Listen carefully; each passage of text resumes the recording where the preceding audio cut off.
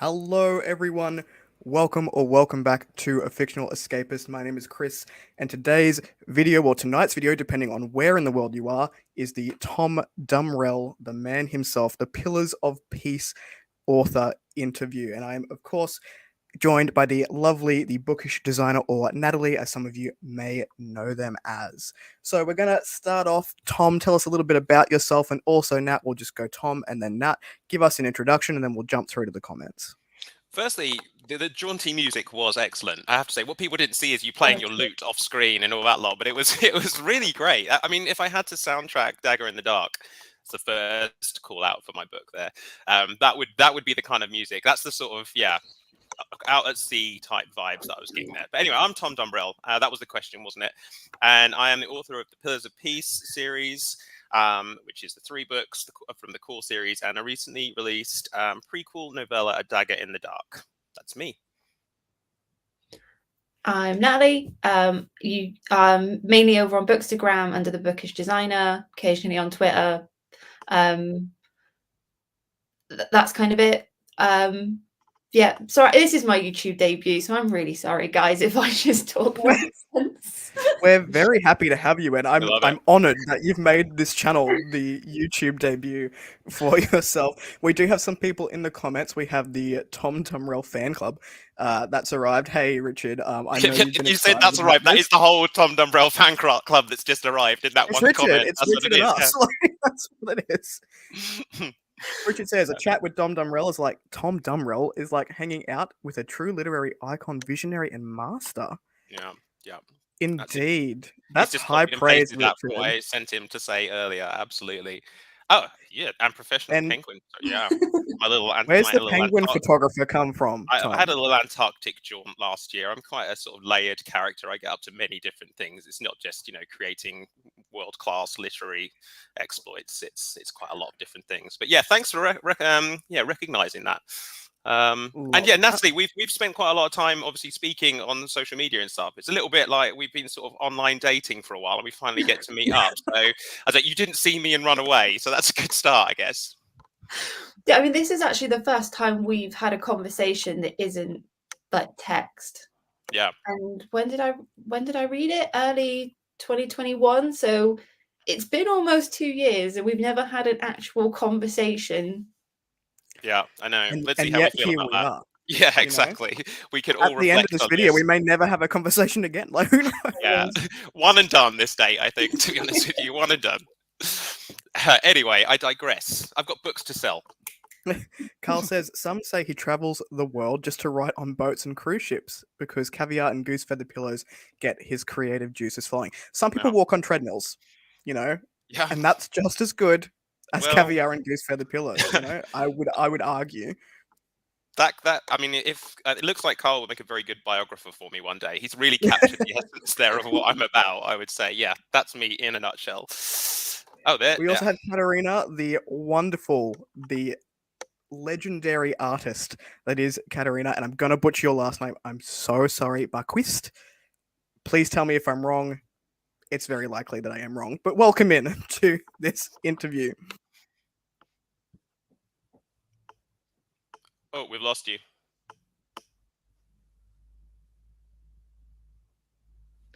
Kris, I think we've lost your sound.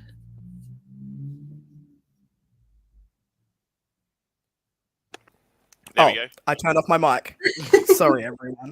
That wasn't even a tech issue. That was just a me being dumb issue. You were saying how good a writer I am. I was saying that Tom's the first interviewee we've had on the channel that hasn't wanted some questions, some sort of guideline in advance. So it's very likely that we've got some curveballs for you, and that's going to be really fun for both Natalie and myself. But the first question is fairly standard. It says, congratulations on your release of Dagger in the Dark, which was released earlier in August, so earlier this month of 2023, and it's this one down the bottom here. A companion novella to the Pillars of Peace series that we now have this lovely omnibus edition for. So for those of us who may not be familiar, maybe not here this evening, can you give us an overview of the series? Yeah, so I guess it's the series is a coming of age fantasy through, I guess, a predominant main sort of point of view, but it expands out into a few different points of view and explores a kind of coming of age journey in a few different forms. And it follows a very kind of classic fantasy, sort of adventure fantasy setting. So I know there's lots of weird and wonderful kind of new interpretations of fantasy, but this is a book that's meant to feel familiar with those kind of adventure stories, the sort of the Three Musketeers, the Treasure Island, that type of thing. Sort of a historical vibe to it as well. And I guess, one of the things I like to be sort of relatively upfront about is that it's very much about characters. It's about a sort of classic European sort of medieval type feel, although the world does expand, but it's a non-magic. It doesn't have a magic sort of aspect to these books. So if you go in looking for the kind of the aesthetic of fantasy, but with that sort of historical fiction feel, then I think you'll be very at home with the series. I think I always recommend this series to people coming out of YA into adult fantasy, or people who are new to fantasy. I always think this series is a really good starter to tick both of those boxes. Yeah, great. And I think hopefully, I think that I heard the phrase all ages fantasy, and I really love that. I think that probably does it the best justice, because I would like to think that throughout the series, and perhaps progressively so as you get into books 2 and 3, and then actually A Dagger in the Dark is maybe even a little bit more edgy in places, just with a little bit of use of language, but actually that it should be a story that you could read really if you're just starting to get into enjoying reading, either at a young age or you're coming into reading, but at the same time, for someone who is maybe a little bit older or somebody who's a bit more of an experienced reader, that there's maybe hopefully some layers in there where you'll be able to get a little bit more out of it. So I appreciate that. That's a nice spot to be in. It's interesting that you say that, Natalie, because I recommend this series to people who want to get into historical fiction, who are fantasy readers. Yeah. And I was like, here is a really good bridgeway into, it's still fantasy, but it's very low fantasy, low magic, well, no magic, and it is a good gateway if you want to get into those sort of stories. Richard said that not a fan of fantasy, but found them very enjoyable and accessible. I think you have written this series, which is quite accessible to a wide range of audiences. And Andrew says the magic is in the writing itself. Oh, that's so nice. nice. That is the words of a very accomplished author. That's very nicely compiled. That short and an extremely truthful sentence that he's given us there. Yeah. Andrew's book looks at me from my Kindle all the time. It's like, why haven't you read me yet? Judging. Yeah, it's Like, there. it's It's on there there. on my shelf as well. It is coming, and it looks great. And I've heard only amazing things. That's an exciting book for sure. But yeah, no, I love that. I mean, I think, however people get into the books, and, I've had some people, it's always tricky because obviously as a self-published author, you sort of start growing your audience in some ways from just sort of friends and family. And, I know that the word fantasy can be a bit of a switch off for a lot of people who don't typically read fantasy. So it was a kind of you sort of have to play on the points that you think might be relevant to people. The fact that mine doesn't have that kind of all that magic and the magical creatures for some people makes it a little bit more accessible. It doesn't seem so kind of far out, I suppose. But at the same time, yeah, I appreciate for some fantasy readers, they might be wanting some more of those fantastical elements. I guess I was just kind of inspired by the sort of the Game of Thrones type aesthetic and the sort of the twists and turns, the backstabbing, the sort of slightly more, unpredictable, twisty style of fantasy that I guess I wanted to meld with a classic feel. That's kind of what I was going for. It's definitely unpredictable. And I think one thing that people didn't really predict was a new book, because after Where Heroes Were Born, you were adamant you were done with writing. And I think Kris said there was some soft bullying. I was relentless. I think you probably get messages from me every week going, when's the next book, Tom? So what brought you back, and why did we get A Dagger in the Dark? Yeah, I think this is probably a bit of a weird one. I don't want to be like one of these kind of like, oh, I'm not like other authors, because that's just ridiculous. But when I wrote the series originally, it wasn't I am a writer, I'm going to write a series. It was, I was out of work, I started writing something, and then kind of got stuck into having to write a series, really, because I owed it to the people that were following the series, and I owed it to myself to see the story through.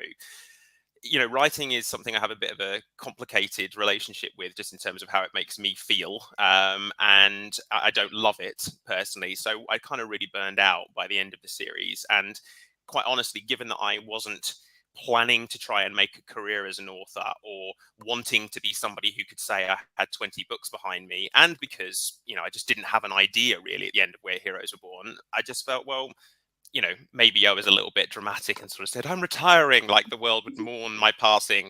But ultimately, I just didn't really plan on writing anything new, like genuinely didn't. And you sort of owe it to people to say, well, you know, don't be sat by your social media expecting a new book from Tom anytime soon, because for the first time I'd ended a project and I didn't have another project underway, and it has to be a little bit of overlap if you're going to maintain a fairly regular release schedule, because they take a lot of time, editing and everything. So I did take a few months away from writing because I just wanted to do other things. You see often, Bookstagram's quite an interesting example. You see people saying, how do I balance doing all the reading I need to do with having other hobbies, you know, video games, or being, you know, frustrated at themselves because they've played a new video game and so they're not going to meet their reading quota for the week. And it's like that with writing. Everything else has to go to one side. So it was quite nice to explore a few other things. And then I think over sort of Christmas into the new year, this year, I just started to feel again like, oh, I wouldn't mind doing a bit of writing, not because I want necessarily to say, oh, I'm going to release something new, but I just fancy doing something new. But at the same time, you know, I didn't want to get back into a big trilogy. I wanted, I guess, a project that was sort of low-hanging fruit, really, something that was easy for me to get back into, a smaller project where your progress is quite immediate, because, you know, 3,000 words of a novella, you feel like you're already making a big chunk of progress on it. And then I had, you know, I just thought, well, what ideas have I got? Because it's another thing to just think, I want to write a book. And the obvious idea that I had was the one, you know, for A Dagger in the Dark, that really has just been sat in the back of my head for 2 years since I gave somebody a first early print of The Look of a King with the design that I'd done for a basic cover, and the minute that character came onto the page, they were like, oh, I need to know more about this character. And it's always been in my brain ever since then, this story. So it was a perfect kind of coming together, and I really enjoyed writing it. And I actually feel when I read it that I enjoy, you know, I get a real buzz out of reading it as well, because I know I can remember how much fun I was having writing this book. So hopefully that comes across with people as they're reading it, if you'll excuse my long-winded answer. No, we love it. Keep going with the long-winded answers. We love them here. No. Richard likes the covers. Yes, I do enjoy the covers as well. Great. I'm still a massive fan of that omnibus edition. It's incredible. You're the first person to break me down to buy something from the broken binding.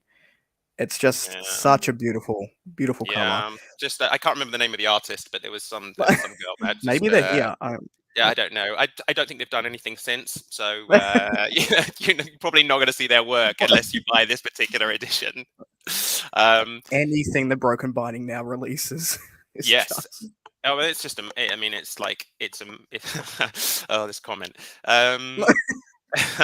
So just on, well, we'll do covers then, because I'm sure we'll end up coming back round to the series. But yes, I think that I've always kind of said that the any readership that I've had, or the Kickstarter for all of the readership I've had, came from the fact that people were intrigued by the cover of The Look of a King. So you know, if I'm ever speaking to, you know, and that's not to say that I think it's the best cover and other people will think it's not a good cover, but for me, it worked. It was a bit different. And I would always say to self-published authors that getting yourself a cover, that gives you a bit of a brand, is definitely a solid investment.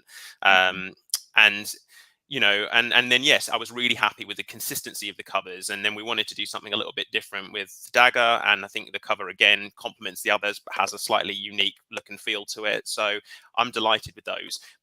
But kind of where I'm getting to is that then when we came to do the omnibus edition, there was a bit of pressure, because it's kind of like, well, do I just do something in the same style, or do I go with something very different? And you know, Catrina is just remarkable for just taking the vision that you have and, you know, creating something that, you know, it's just perfect. You know, it really is a gorgeous cover, and I think it just embodies the series. Again, the fact that we use just the monochrome, the black and white look and feel, just works perfectly. The interior art is gorgeous. She was incredibly easy to work with, and the results were always, you know, surpassing my expectations. So I was really nervous about putting the book out, but, and you know, as soon as people started giving feedback on it, I wasn't overly surprised that people, you know, were really, really happy with the way it looked, and obviously it sold quite well. So that was great. You were the first indie author for broken binding, and kind of opened doors to sort of what we're seeing from Illborn and the Cahill books, where they're doing indie authors. So like you definitely opened a door there with that edition. Well, I think, yeah, I guess so. I mean, it was a slightly different setting because this was before they launched their press. Mhm. But what I would say, and I've said, previously in other discussions, is it was an example of how the Broken Binding were willing to support and take a punt on, lesser known, and I wouldn't say that Ryan or Daniel are lesser known. Obviously, they've got a great profile, but to take a chance on projects, to do something unique. And like with this my omnibus, it was literally a case of going to them and saying, I want to do this, and then them doing basically all they needed to do to enable me to let it happen, but never saying to me, you've got to work with this artist, never saying you have to print with this company. I was able to go and do everything. They just provided me with the logistics of saying, when this book is ready, we will support you financially with that, and we will support you with getting this book out to the right audience. So it was great. And obviously it was particularly nice because one of the benefits of self-publishing is you do retain that control. So while I did spend hundreds of hours formatting this book and playing around with it, principally because I write in Word for whatever bizarre reason, which is a nightmare to format, it was something that I was able to see through start to finish. And I felt like with Catrina, although she was able to visualize things way more creatively than I ever could, she was an extension literally of my own imagination for this book. So I do feel like everything was exactly how I wanted it to look. So yeah, I'm really pleased with that. And I'm glad to see that most people that bought it still consider it a very worthy addition to their shelves. I think you are both in that category, are you not? Yeah. If Mine's not, calling you out. Mine's being pressed at the minute because it was being displayed front ways and all the covers have started to bow. So I'm currently pressing it back into shape. Yeah, I would have. I love one of those mine so plastic much. covers. It's in a box in Perth, waiting for me to move there in storage. Amazing. That It's is traveled. real It's love. well traveled. So No, it's lovely, and we- mainly it's just nice to just have I mean, look, I think that the standard copies are gorgeous. I love them, but it was just really nice just to have a version of this that says, if I don't write anything else, this is the definitive kind of like version of it. And it's nice to have on the shelves. So yeah, perfect. Sorry. Anyway, Kris. So good. We're just going to run through some comments here. So we've got a few from Carl before, and Richard saying we've been nagging you for a book 4, and now when is book 5 coming? So we knew that was going to come out at some point during this interview. When's the next novella? When's the next little tease that we get? You've got plenty of characters in there that you can go into. So we're all waiting. Perhaps on paternity leave, that's something that you won't be busy like at all during that time. So I feel like you could knock out a novella there. Yeah, for sure. Yeah. Would you want me to answer the book 4, book 5 question? I mean, I think ooh, nice. A Sword in the Light. That is a good title. I'll have some of that. Yeah, that's quite nice. Yep, I love that. I'd have to come up with Title's something. Been stolen. That's my prompt. So yeah, I mean, I think one of the benefits, I'm going to say it was sort of like this wonderful artistic choice that I made, but I guess one of the benefits of writing a fast-paced sort of series, which is what I would consider it to be, is that, I wrote these books as I read, which is to focus on the bits that I find important. For a lot of fantasy readers, that is long travelogues and lengthy scenes of description. That's not really my bag. So I wanted to write some books that focus more on. I was thinking about this the other day. It's basically how I try to write these books is sort of like taking, how you get movie adaptations of epic fantasies, and you watch them and it's like, oh, it's got all the action-packed bits, but there's maybe some other bits that they could have put in, and there's always that debate about, oh, they could have put more of this in, they could have put more of that in, especially if you're fans of a particular franchise.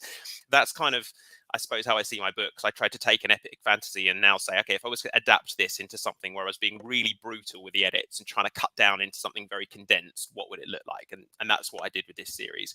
So there are characters that are on the page that have managed to achieve quite a decent level of popularity, perhaps, but are not explored quite as much as other, as readers might like. So through sheer luck, I suppose, I've ended up with a few sort of threads that can definitely be used for novellas. And I think that the main character for A Dagger in the Dark, which I'm never really sure whether to talk about who that main character is or not. I don't know. Probably you can tell if you've read the series anyway, but that was definitely a character that got some nice cameos throughout the books, but there was always a possibility to do more. So I think novellas are definitely feasible. I don't have any immediate plans to do another novella. I think I don't hugely plan in terms of what I want to do in the future, because quite honestly, I may very well not write anything ever again. But if I do, I would probably see a second era of Pillars of Peace and another duology or trilogy. What I would say is that A Dagger in the Dark has, surprisingly, has some seeds for what I would see the next era of Pillars being. One of the interesting things for me is that I started out with something that was very sort of earthy, sort of farm boy type fantasy or historical fantasy, that actually the seafaring elements became more and more prominent and more popular. So I think that there's definitely something in that moving forward. So yeah, that would be my plans for Pillars. I just want to highlight this comment that's coming. Okay. So, I guess the reason I'm saying that is, look, as you've alluded to, my wife and I are expecting in the next, 2 and a bit weeks. So, right now, writing something else, I'm not currently writing anything in the Pillars of Peace world. So, if it was to be writing anything more in that is maybe a future project. But I have quite a lot in my brain that's not on the pages of these books. So there's quite a lot for me to go at. And I would, there is definitely some untold stories for me in this world. And I would like to have this as a series where people can either, continue to be given more because, there are people that like this series, or to continue what I'm seeing now, which is that actually there's something really nice about people discovering the series at this point, and with our kind of binge culture that we have now, being able to come in, not having done the hard yards like you guys necessarily and having to wait between the books, but actually to come in now and just have 4 books or 5 books or whatever to run out in one go, because that's quite an interesting reading experience as well. So yeah, we'll see. But I think probably if you want some insight, I think my next book will probably not be a Pillars of Peace book, but I think that maybe the one after that would be.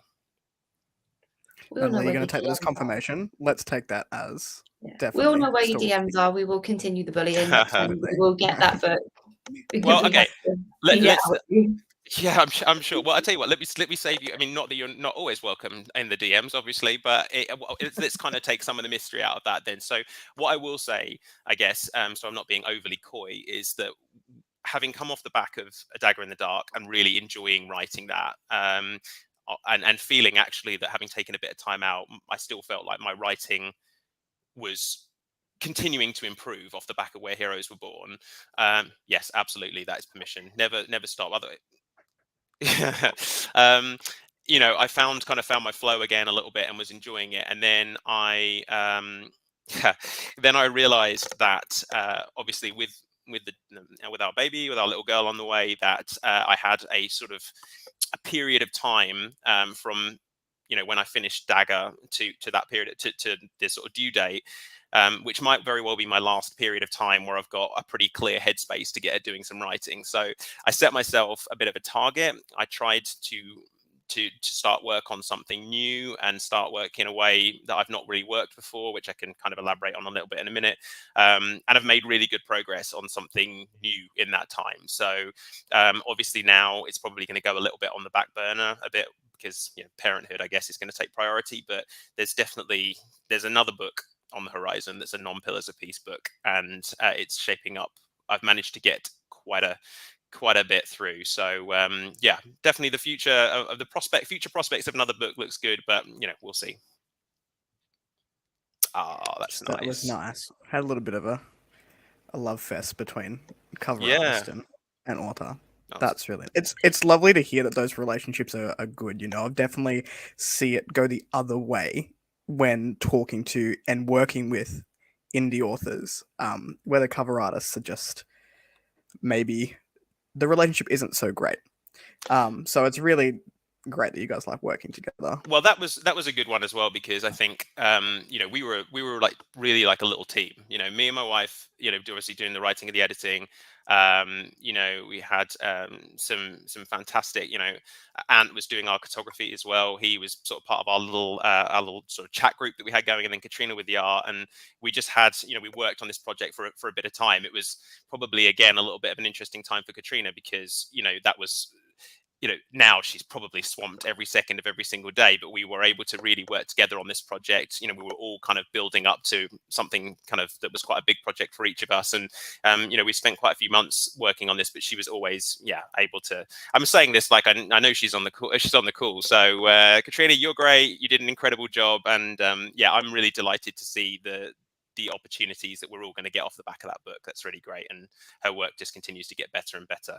I mean, she's the one right now. If you want incredible foiling, you want incredible art, she's that person. And she's got such a unique style. I know there are some illustrators that are well known, but how many of them can you look at their work and say immediately you know who it is? That for me is a real the reason that I was drawn to working with Catrina, and I'm glad I did.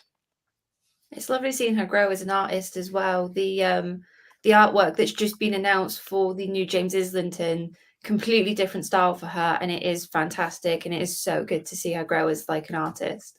Yeah, for sure. I would love to work with her again, for sure.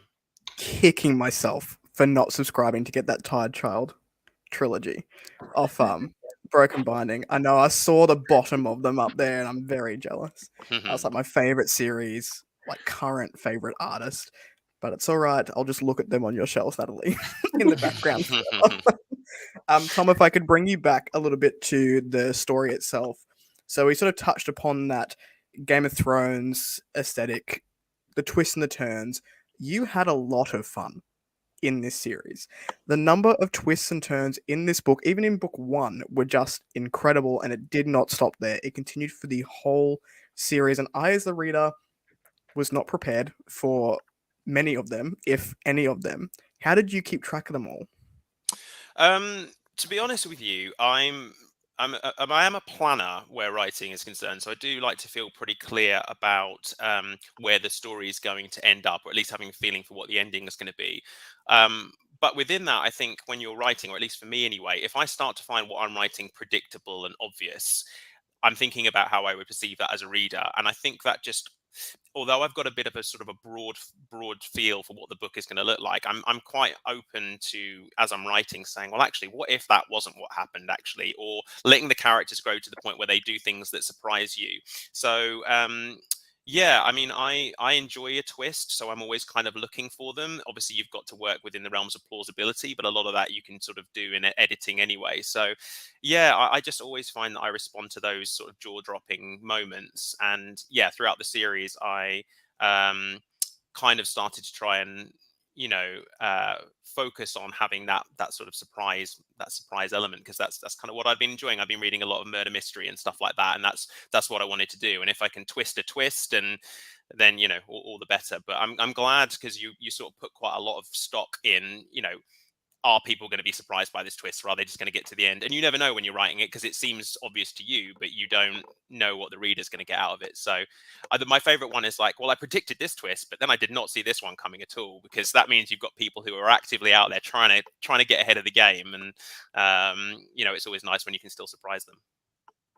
That was definitely the source of some of the bullying that came your way from myself as I was reading them. I was like, how dare you? Yeah. Do this particular thing, and I can just see you like being like yeah, in the background. Yeah. I mean, the interesting thing is, I don't know, Natalie, whether I've shown you this. I did have an alternate ending as well to Where Heroes Were Born, Yeah, I've read it. which was going to be a disgusting twist, but it got chopped in favor of ending with a sort of a bit more of a sort of closure, a heartfelt closure. But yeah, like right until the last minute, I was like, can I leave people on a really discordant kind of cliffhanger? And I thought, no, that's not the way to go. The ending we got left me completely heartbroken. Like, it's very rare a book actually makes me cry, and I was sobbing. That like proper got me. Had we have gone with the alternate ending, I would have thrown the book out of the window. It made me so angry, but in a really good way. Yeah, it was one of those, just like there was me, just like this, just thinking, can I do this? Can I actually do this? But I think it was obviously what you've got a bit of duty in the last book of a trilogy to sort of to close things off and give people something to that feels like closure. So I'm not in the club that's read this alternate ending. So no, I can share it with you. Yeah, it's pretty good. It's good fun.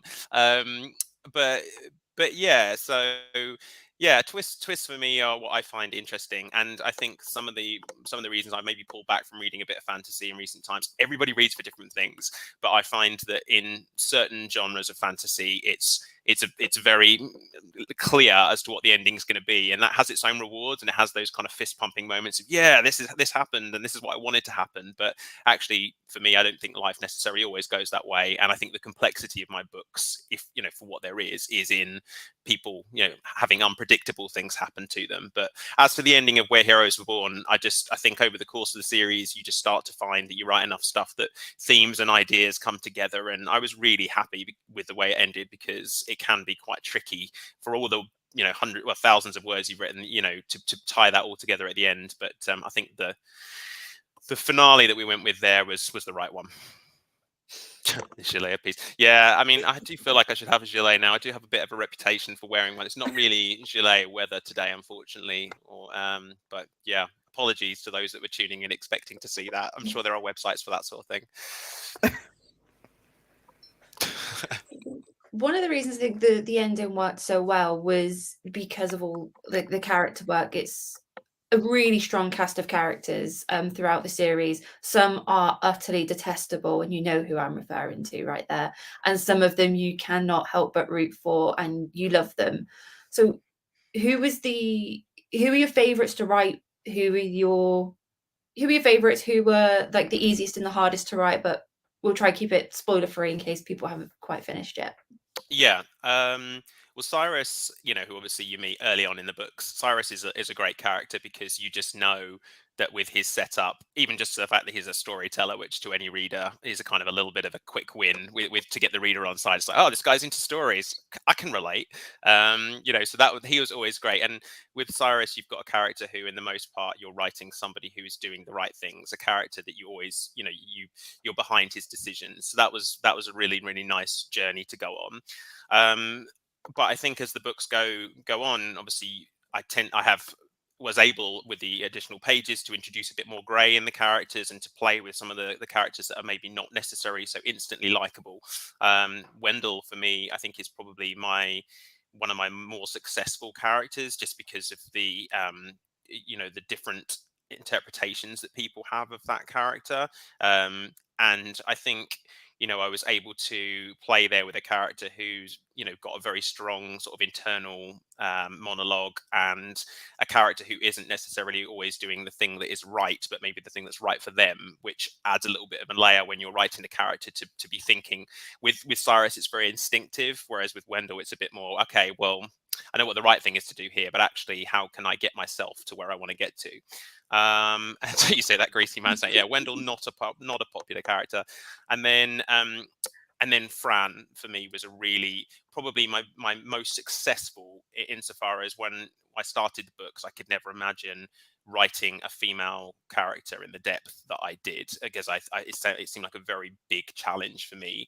And it was one that took me a couple of books, I suppose, really to get to the full confidence of exploring that character. And in the end, to hear the feedback that people felt like that was a very genuine, rounded character was a huge relief and success for me. And that's probably one of the reasons why I would say, the end of the series, fantastic, love that. How long have you been waiting with that one, Richard? Appreciate it. Anyway, thanks for holding back. That was the character that I was most like, whew, yeah, I'm happy with the job that I've done here.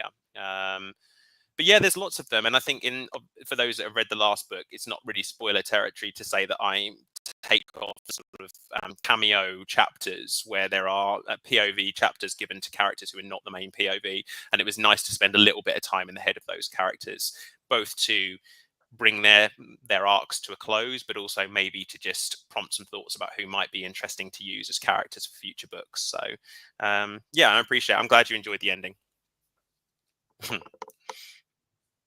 I love when authors do that so much. Like, just give like a random POV from someone else who we've been following for a bunch of time as a side character. I'm such a sucker for it when you get just one chapter in an entire book with just a glimpse from that side character's POV. I'm Yeah. like, yes, 5 stars. Yeah, I mean, Amazing. I think probably, and there's a few things that I did in the last book that probably, if you sat down and were sort of brutally critical about it, you would say, well, it's a bit of a random time to start introducing. I mean, it's one of the great things about self-publishing is you can just go, well, what do I think is best for the story? I'm going to do that. And I'm glad that I did. I think it was the right thing to do in that book, because the only other way to get across what those people were thinking, feeling, and sometimes you don't necessarily say what you're feeling, so you would never have got the full story. And the only way I'd have been able to do that was with some really convoluted conversations that wouldn't have felt natural.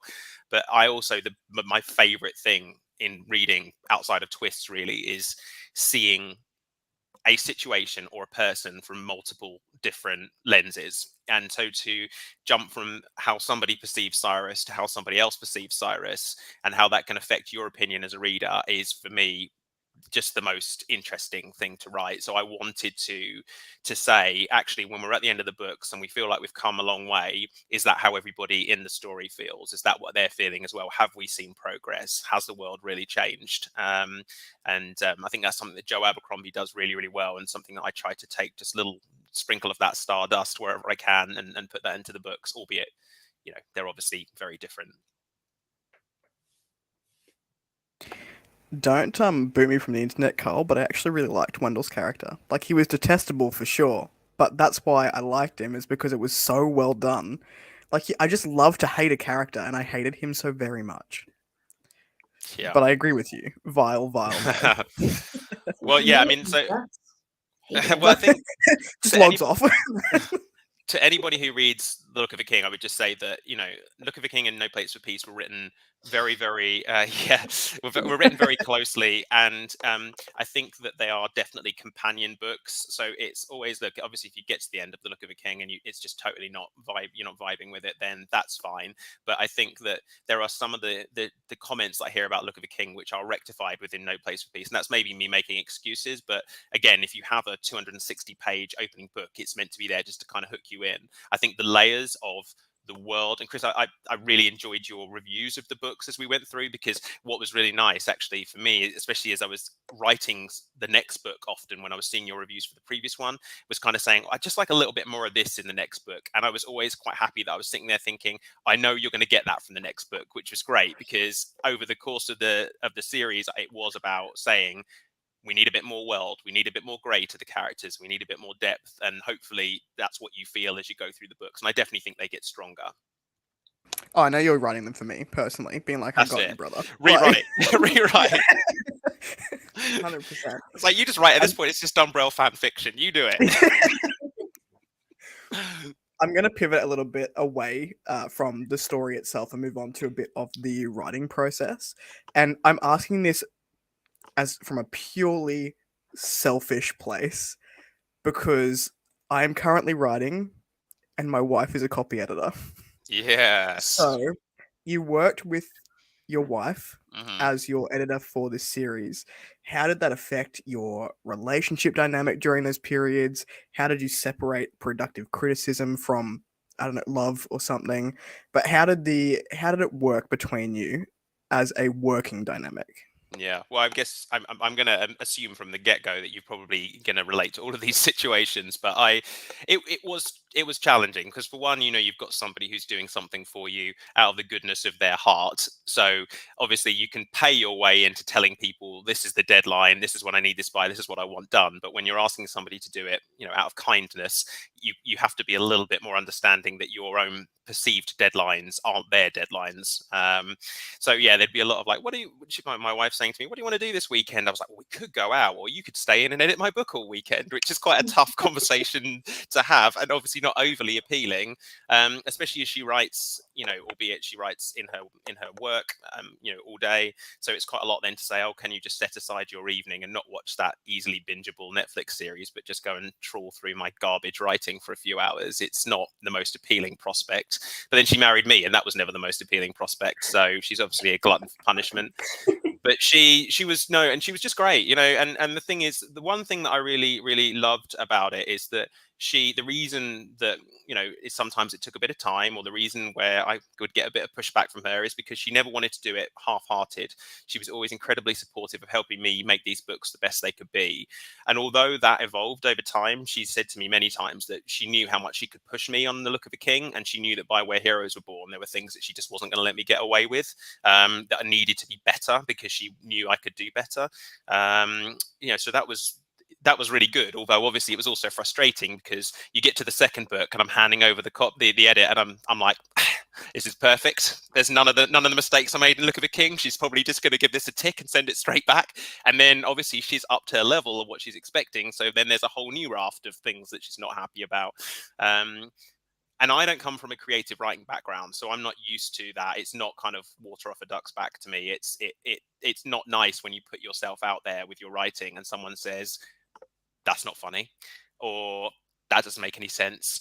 Probably she wouldn't edit that way for people that she wasn't married to, but for me at least, she was quite clear that just doesn't make any sense. And that's quite hard to read when you're looking at the page going, well, obviously it makes sense, it's clear to me. So tense, testing, but also really wonderful to share the experience. And certainly when we put out the collector's edition, it felt like a really big sort of like amazing moment to just say, oh, we can't believe we managed to do this together. So yeah, very, very rewarding, and she's incredibly supportive. I wouldn't have wanted to share it with another editor. Let's be, outside of the fact that she's an unbelievable editor as well. What's your experience been? I will pop B's editing website down below as well in the description. Yeah. So if you're an author and you're looking for an editor, I hear B is great. Yeah. From Tom to work with, and we'll probably accept your dad jokes more so than she did Tom's. Yes. My experience so far is I've not given my wife a manuscript yet, because I'm still writing, and there could be many years of writing that happens before I'm willing to hand this thing over. Yeah. But I did give her some university assignments, and they were shat on. Yeah. Throughout. Like she just came back with, and she would like try and make it nice. She would draw little stick figures or little diagrams in there to be like, this is poo, and it would be a depiction of me on the toilet being like, amazing. Please change this. Yeah. I was like, so I cannot wait to get this manuscript back with some facetious shit all through it. Look, I'm looking forward to it. I will never tell my wife to not do anything on the weekend, because I will be killed, and I understand that. I'm just like, but the readers need this book now. She's like, Tom, they really don't. It's when I was like, no, they really do. You should see my DMs. Natalie is scary. The way I see it is like, it's like if you've got, I don't know, let's say you've spilled food on your shirt, you'd rather have your wife tell you that before you leave the house, right? That's kind of the equivalent here. It's like, however bad she thinks the book is, I'd rather she be the one to tell me than Goodreads telling me 6 months down the line. And yes, well, either it worked and we're still married and expecting, or we're only married still because she's expecting and she just feels at this point it's just, it makes more sense to sort of sit it out, I guess. But I don't know. You'll have to interview her for that. If you're yes. I mean, if you are an editor and you're looking for somebody, put that out there in the world, because there will be a poor self-published author somewhere who will definitely take you up on that option. We've got some comments in here about the dad jokes, but I promise there's a question about that later. It's coming, everyone. So wonderful. Just goody. up for a second. Right. I'm looking at the notes. It was the next question. So yeah, were you practicing for being a dad whilst writing Dagger in the Dark? Because there was a lot of dad jokes, a lot of terrible puns. I know they went down well with a lot of people. There were a few of them that really did tickle me. So how many did B actually take out of the manuscript? So that's a really good question, because actually B put, in a roundabout way, put them all into the manuscript. So my first draft of Dagger in the Dark was actually wasn't, story wise, was pretty much the same as it is. I mean, because the story was very much set in my mind. But her biggest comment, because I don't know if you remember, but earlier this year I put it on Instagram briefly. She was going off on a flight to the US, and I got her an early version of the book printed up so that she could read and begin editing while she was on this flight out to go and do a trip for work.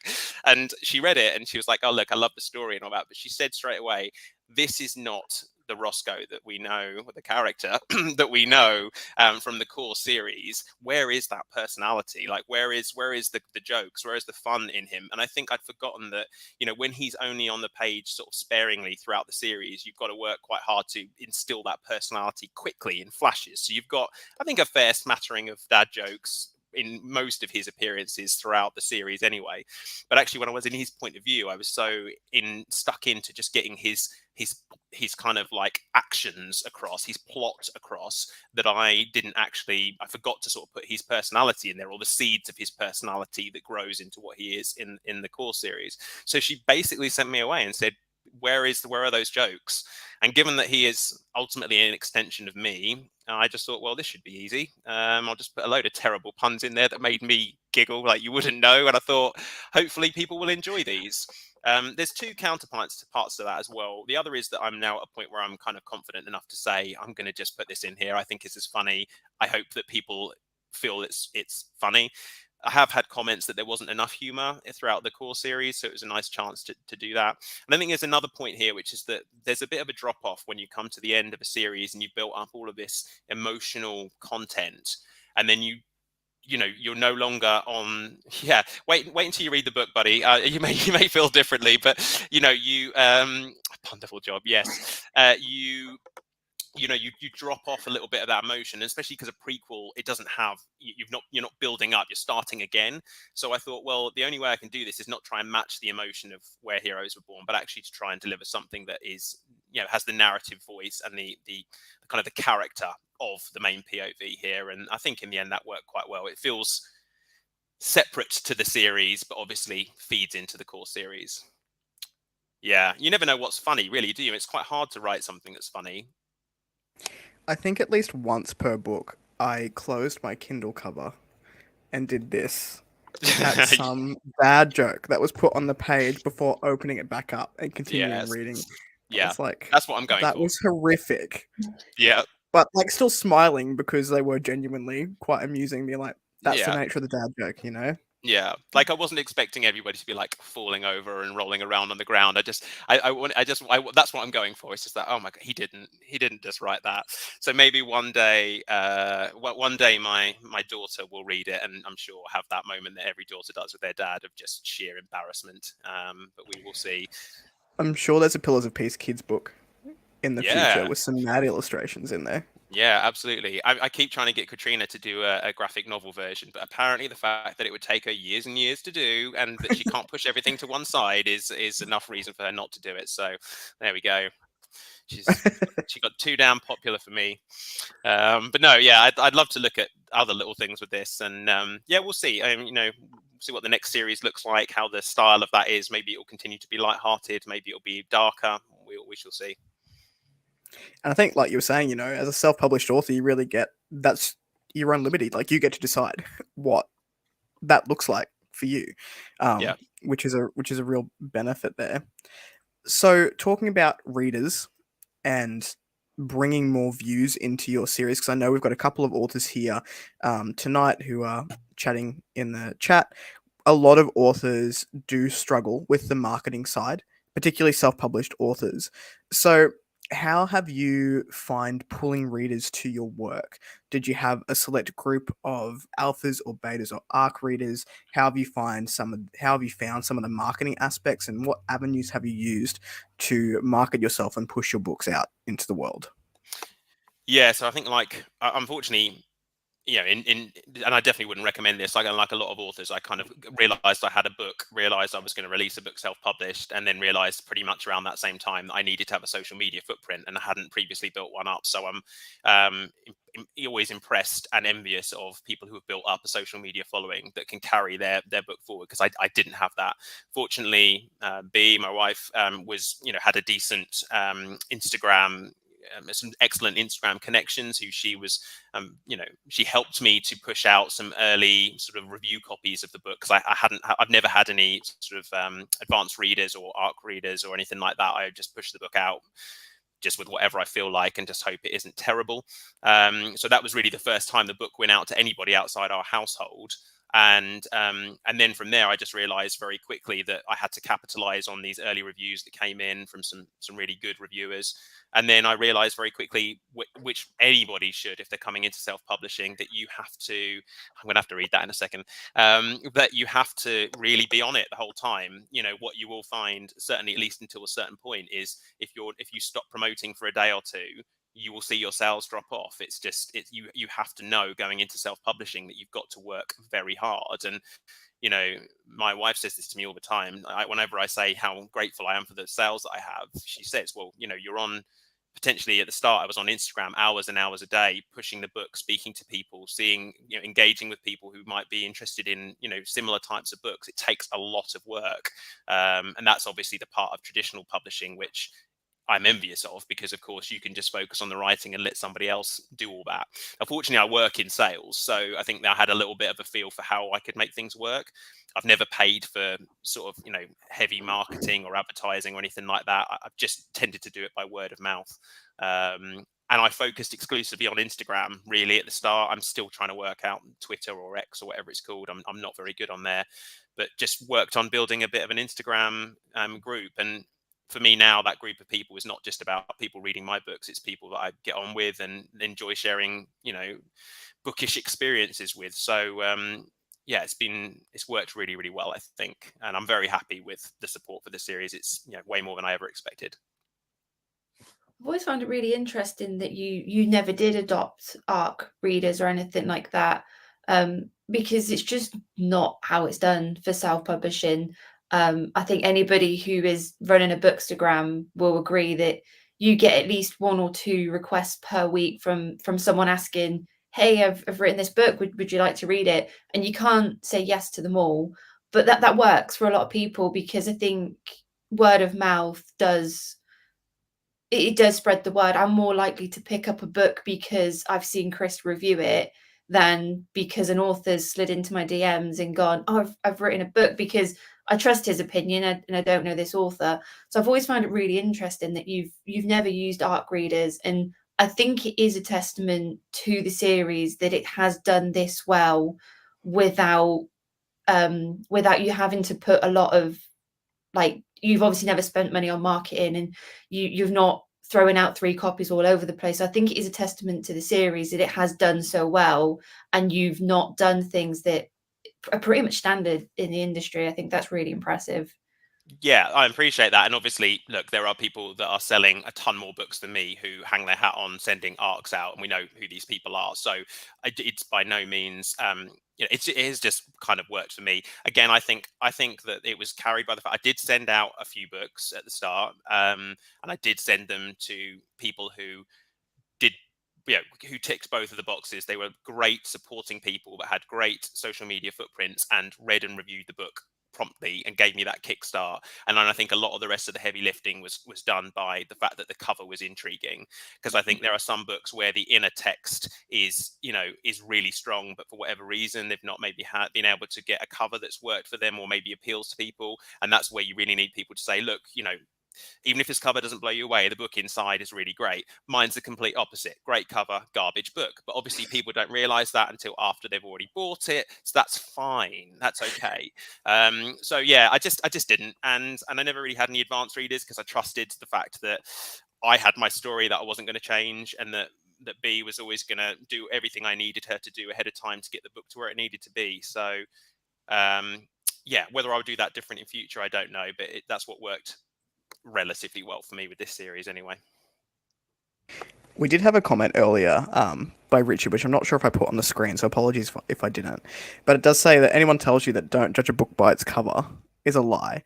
And I mean, we've all done it, right? We've all bought a book because the cover is beautiful and had no idea what was going on.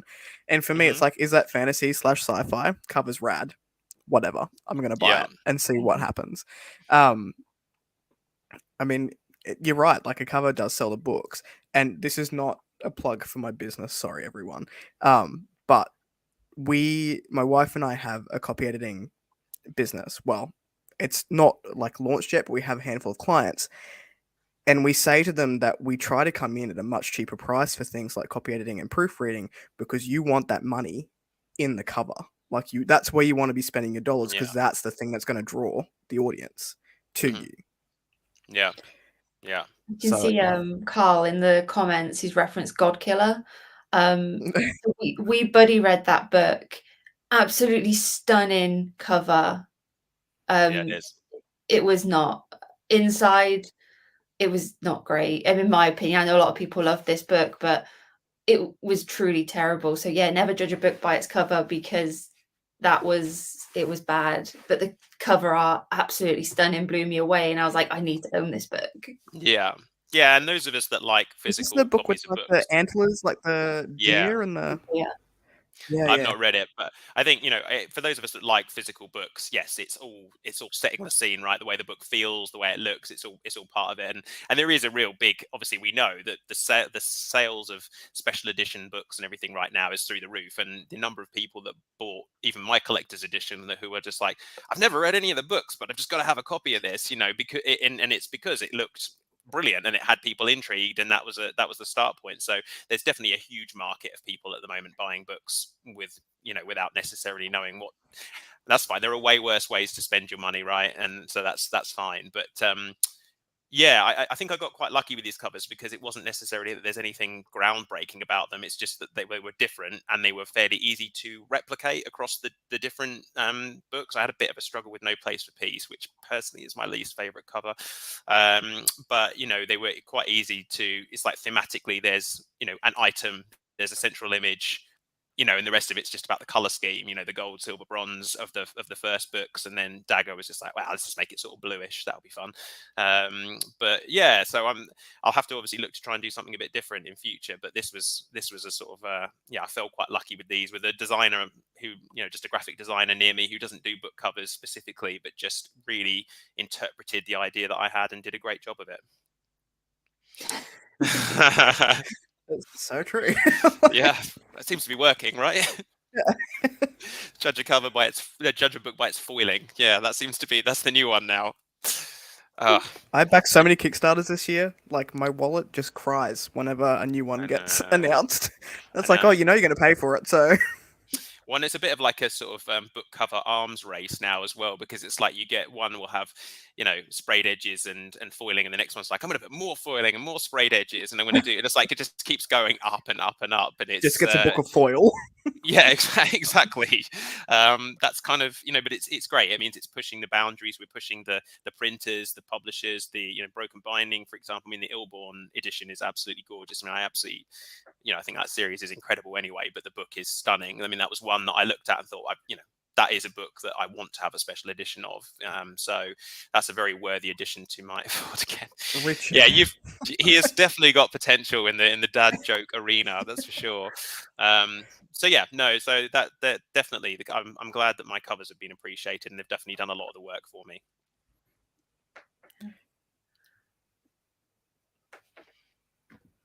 So obviously you're an avid reader. I think from discussions we've had, you always have been. So were there any sort of books from your childhood that made you, when you started your writing journey, go like, yeah, this is what I want to do? Because I know writing was never something you planned. Is there anything that kind of made you think, I can do this? No, not really. I think I'm sort of one of these people who tends to sort of get into things very quickly and very fiercely. So I'm into something really hot for a while, and then it has over the years been a case of like, I'll read a book that really inspires me, and then I'm like, hey, I've got to write something now. And what that generally translates into is 10 pages of me on Word trying to replicate that brilliant book that I've just read, and not being able to do so because I have none of the writing skills to do it, and none of the ideas. I just feel like at that point I want to write a book. So I think probably, if I go back, sort of things like The Hobbit and Lord of the Rings were the fantasy books that I read early on, sort of Northern Lights, and the Philip Pullman books were another example.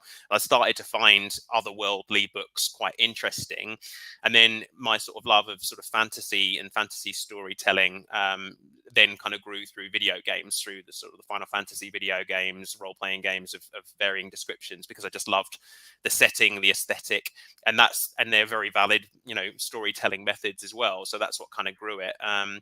So yeah, I think the thing with the thing with the Look of the King, rather, in the end, in terms of writing it, was more just a case of just randomly waking up one day with the most well-formed idea I'd ever had previously, and having the freedom of being unemployed during the pandemic. So it was a best of all worlds, really. So that's kind of how that came together. And I think it's that sort of thing for me moving forward that will have to align. That's what has to align for me, is time and an idea, and outside of that, I find it quite difficult to sort of drag myself through doing something unless I'm really excited about what I'm doing. So he nearly said it. What now? Anyway, yeah. So that's me. I don't know if that answers that question. Nearly claimed himself to be. I definitely did not.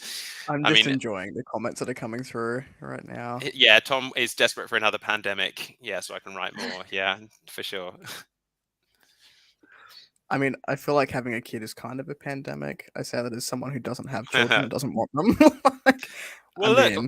Like I say, I mean, and I will say this because I guess I probably will end up, promoting some way down the line. I have written something. I have got something that is very, very close to completion, that is non-Pillars of Peace, that is coming. So I think I will maybe get back on the campaign trail now and say when that will come out, I don't know. But we're not at the point where we're like, there's nothing in the pipeline. There is a book written. It's something a bit different, something that I've been having a bit of fun with. So there will be more books, I think, probably. We shall see. Maybe.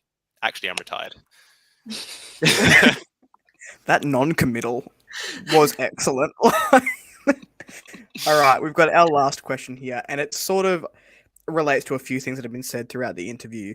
So when you were writing Pillars of Peace, you had this idea, and you didn't necessarily want to be a writer. It wasn't something that you necessarily enjoyed, but you had this story that you were writing, you wanted to get out there. So you had that in your head, and it was just something that you had to do.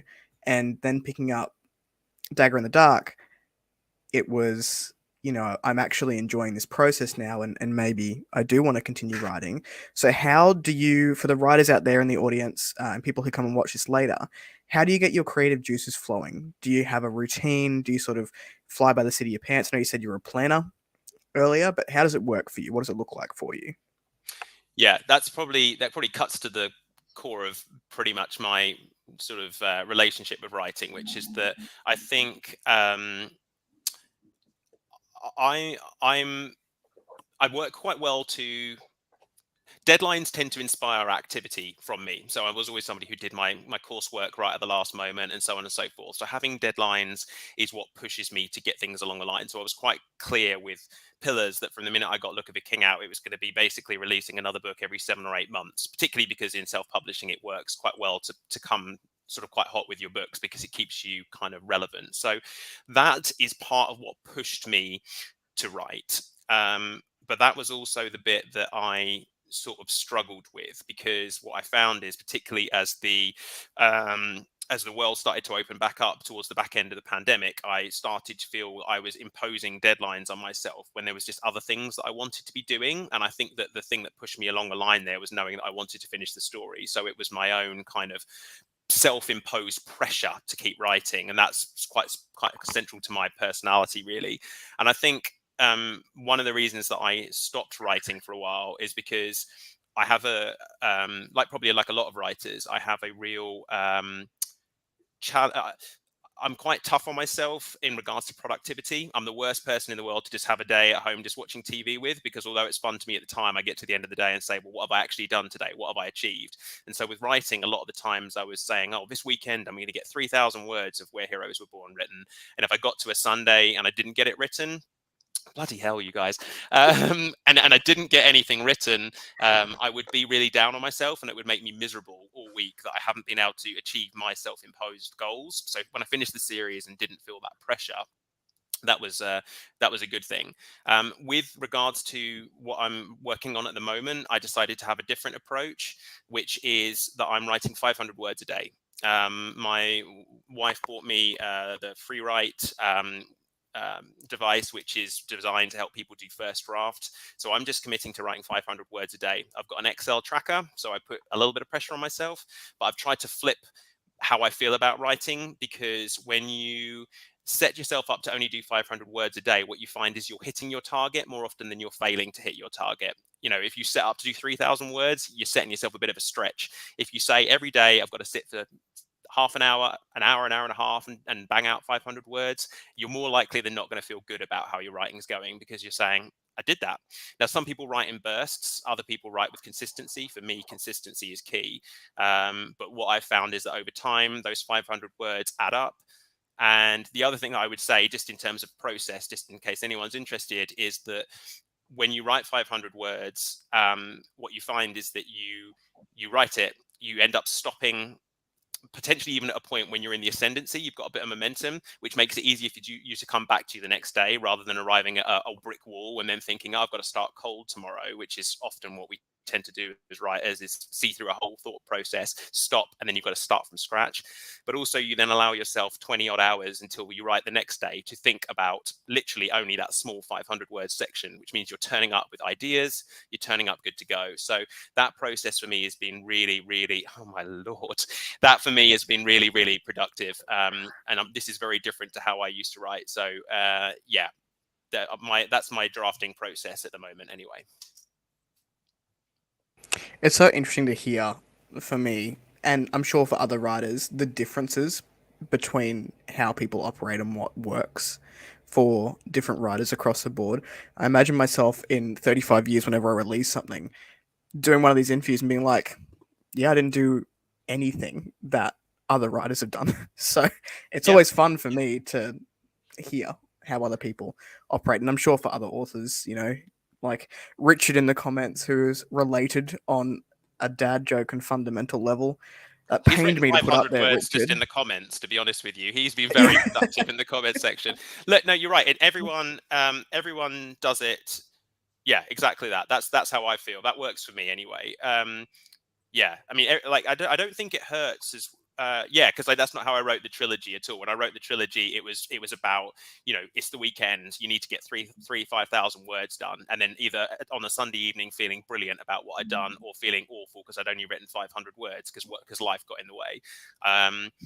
But yeah, I don't think it hurts to try different things. Like when you hear how everybody does things differently, now I've got 3 pillars apiece. I've got, you know, a chance to try something a bit different in terms of how I draft. The other thing as well is trying to shift away from rereading your work every time you sit down in front of it, because I know that is something that's a big issue for a lot of writers. Is you might have an hour to write and you spend 45 minutes of that congratulating yourself on how brilliant the previous section was, and or synonymsing the hell out of everything that you've written just so you can kind of switch up a few words. And I'm trying to push forward with just getting a draft down, because like I say, I've got some stuff on the horizon, so I need to make sure I've got something to work with before my world implodes with the arrival of a gremlin baby. All right, well, that was pretty much everything I had. Natalie, is there anything else you would like to throw at Tom before we round out the interview? Can we have an ETA on this new book, please? Yeah. 2.5 weeks? Is that what you're saying? The future, for sure. What I will say, just if anyone's interested, is it is going to be it will be another sort of historical, medieval kind of fantasy setting. I'm not a huge world builder, so I want to focus on the bit that's important to me, which is the characters and the plot. But it is going to bring together the kind of some of the aspects that people enjoyed from Pillars, but with a murder mystery. And will it's going to be a murder mystery, and will be more implicitly adult, I suppose I would say, than what Pillars was. So anybody who maybe liked Pillars hopefully should have something to hold on to there, and people who didn't enjoy Pillars of Peace, hopefully it'll be a book that they can have a go at. And it definitely plays into my passion for twists, turns, and murder mystery, which is, you know, something I've been reading a lot more of recently. So yeah, worth keeping an eye out for. Hopefully should have some news for that at some point. Yes, pretty much. There's my elevator pitch. That's one of the things that we next originally done. Just take that line. Yeah, that's what we'll go with. I can't wait to read Tom Dumbrell's smut in the more adult version of this. Yeah, I mean, I say adult, I just mean a bit of kind of juicy language from time to time. You know, I'm not sure I'm quite ready to grapple with writing, any smut just yet. I would probably buy it, Carl. Like, oh, anyway, we'll see. It could be atrocious, so we'll see. All in good time. I mean, it's I don't quite have the best track exciting record. because I think one of the things that we originally sort of bonded over was our mutual love of Agatha Christie. So it is quite exciting to know you're working on a murder mystery. That should be really fun. Yeah, it's fun. It plays into what I enjoy, which is from the first minute, that intrigue, that tension, and whether it's just curvy. There's so many good ideas here. This is why I do need advanced readers. I should be pulling these ideas. Yeah, and it's funny, the crossover between people who like fantasy and Agatha Christie readers is quite an interesting one. I haven't read much in the way of sort of fantasy murder mysteries, so I don't know if there's some out there. I'm happy to receive recommendations from people. But anyway, it'll be my attempt at doing it. So watch this space. I went to a specialist store recently, which is fantasy, sci-fi, and crime. And one of the books that caught my attention was Penguin by the Poolside, a murder mystery, and I have no idea who it was by, but the cover was so good. Like, just this Amazing. penguin with a drop of blood, like, at this poolside, and I was like, I don't even know what this is about. I mean, I'm guessing the title has everything in it that I need to know. Yeah, But, yeah. you know, if you're giving me some penguin, you've got the photography there that Andrew was talking about earlier, Yeah. so There's some potentially crossover, great setting. isn't there? Yeah, I for did a- wonder where I'd got that idea from. I must have seen that book at some point, and yeah, it set me off on this path. I've written the whole thing now as well. No, yeah. So, oh god, I have to stop this interview just for Richard's comments. yeah, he needs sectioning. At this point. Oh Stop it. god, these are the people I attract. And I wouldn't change it for the world. So yeah, well, look. So anyway, thank you. I mean, I guess from my side, thanks for giving me a chance to ramble a little bit, and I guess put a bit of a put a bit of a sales pitch in. And it's been really, really fun to spend time with you. Thank you for all your support on the series, and same to everybody who's been watching. If anyone is indeed still with us at this point. I mean, Carl and Richard are here, and like the Yeah. last 30 seconds of this interview has been wildly entertaining. Yeah, you were saying earlier about the tough decisions with when to cut an interview off and the awkwardness that comes at the end. I think we've arrived at that point, haven't we? Oh, All right. my Well, gosh. thank you so much, Tom, for spending some of your Saturday with us. It is Saturday morning for you at the moment, and of course, Natalie, welcome to YouTube. Should you ever Smashed want to it, do one of Natalie. these again, the channel is always open to you. But it was really lovely to have you here, to have you both here.